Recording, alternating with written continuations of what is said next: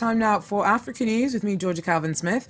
Tonight, as the Security Council votes to take a tougher line with those contributing to escalating violence in Libya, the country's ambassador to the UN body warned that recent clashes risk tipping the nation back into a full-scale civil war.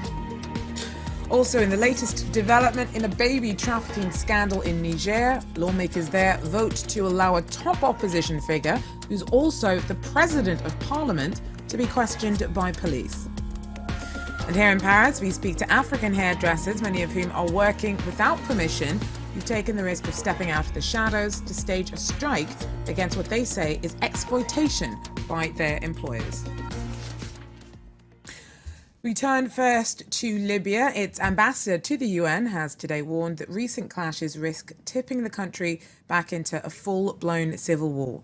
Well, Libya is sliding deeper into violent chaos, and the UN Security Council has unanimously backed an embargo to cut off the flow of weapons and sanctions they hope will encourage warring groups to stop fighting and start talking. Hala Muhyiddin has the story.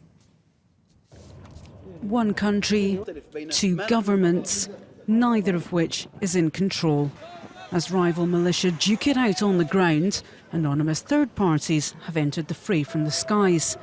The UN have condemned the fighting from all sides and voted to strengthen Libya's arms embargo and expand sanctions.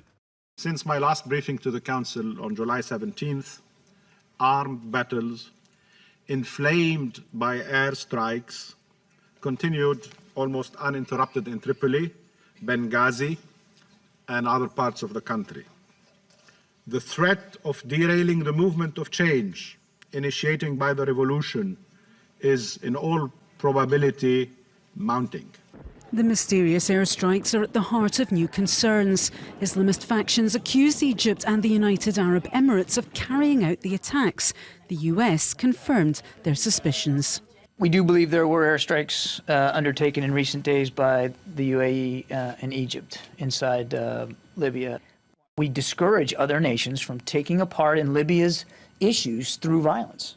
Egypt has dismissed the claims as unsubstantiated rumour. The UAE remains tight-lipped, but analysts say this could signal the Libyan conflict is taking on an international dimension. It's pretty clear to me that there is an ongoing battle, if you will, for the hearts and minds of those who are Islamists versus those who want to calm down the euphoria and subsequent violence of the Arab Spring. And on each side, you have those who are supplying money and support to various factions. Qatar have been strong supporters of the Muslim Brotherhood and their Islamist allies, whereas the UAE and Egypt in particular are keen to curtail the power and influence of Islamist groups. And the airstrikes reflect growing international divisions. If this was done, a military strike on Libya, it's a message directly to Qatar that this could happen to them too.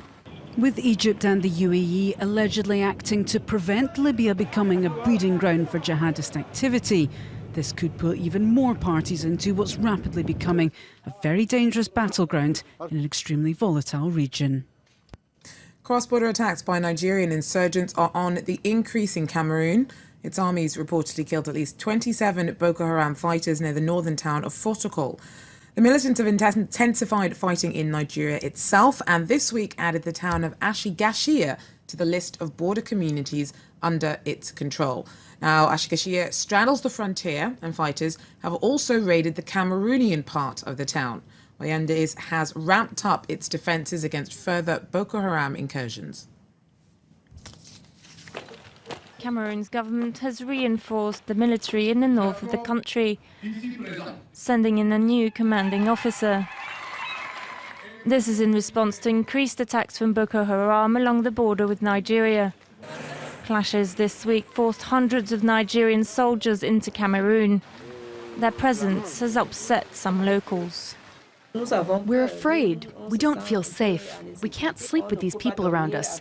We don't know what they want. Despite Cameroon increasing deployments along its jungle border, there are fears that may not be enough to fend off Boko Haram raids.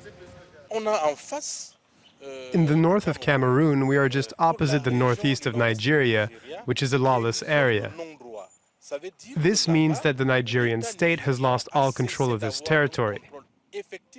And this creates a problem of security for the region, the continent, and for the world. Boko Haram have recently broadcast a new propaganda video in which they declare an Islamic State in Gwoza and several other towns in the northeast of Nigeria. Cameroonians fear they may be next. In an unusual move, lawmakers in Niger have voted to allow a top opposition figure, who's also the president of parliament, to be questioned by police in connection to a baby trafficking investigation. Deputy Hama Amadou's immunity from prosecution has been lifted. Nicolas Chemin has the details. It's a serious blow for Hama Amadou, Niger's main opposition leader. The parliament has said judges can now question him. He is suspected of having taken part in a baby trafficking network. His wife has already been imprisoned. Amadou's lawyer told us President Mahamadou Issoufou is simply trying to isolate his main political rival before the 2016 election. They are determined to make him fall. Tell me, if your wife is charged in a case, why would you automatically be an accomplice?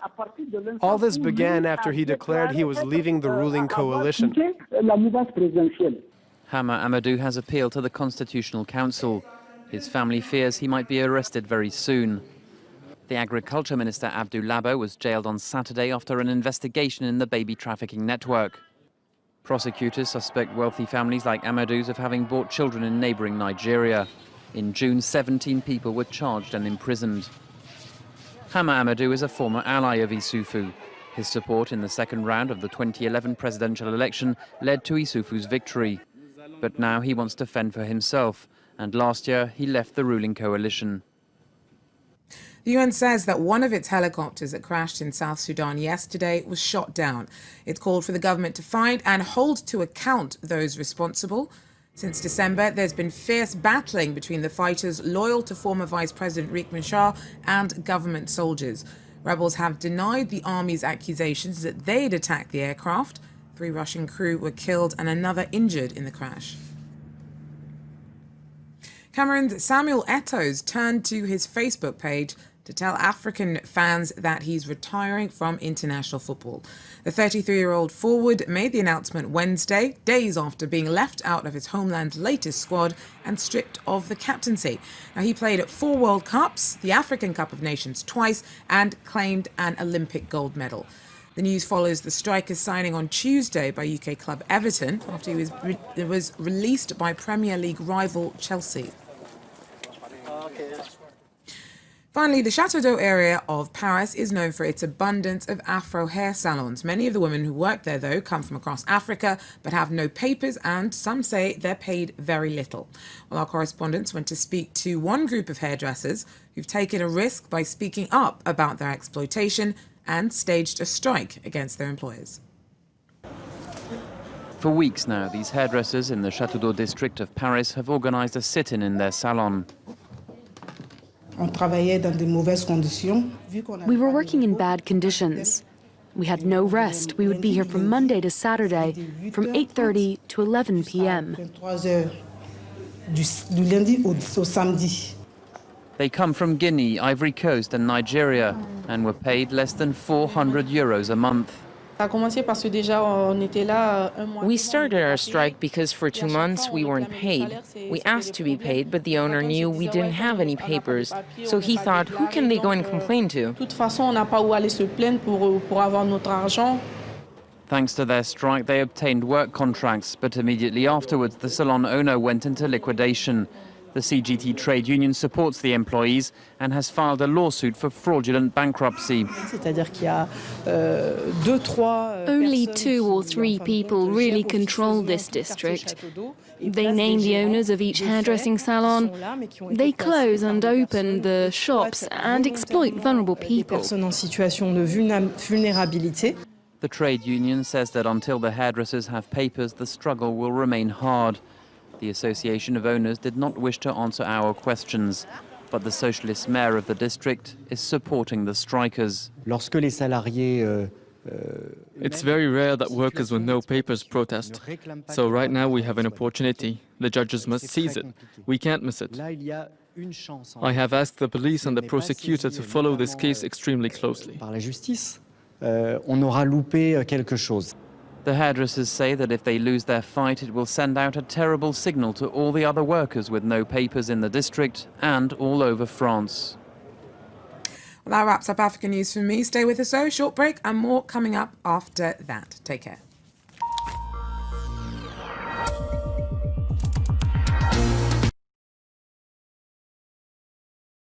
For more information, visit www.afroworldnews.com, the only news network to highlight all news about Africa and Africans worldwide.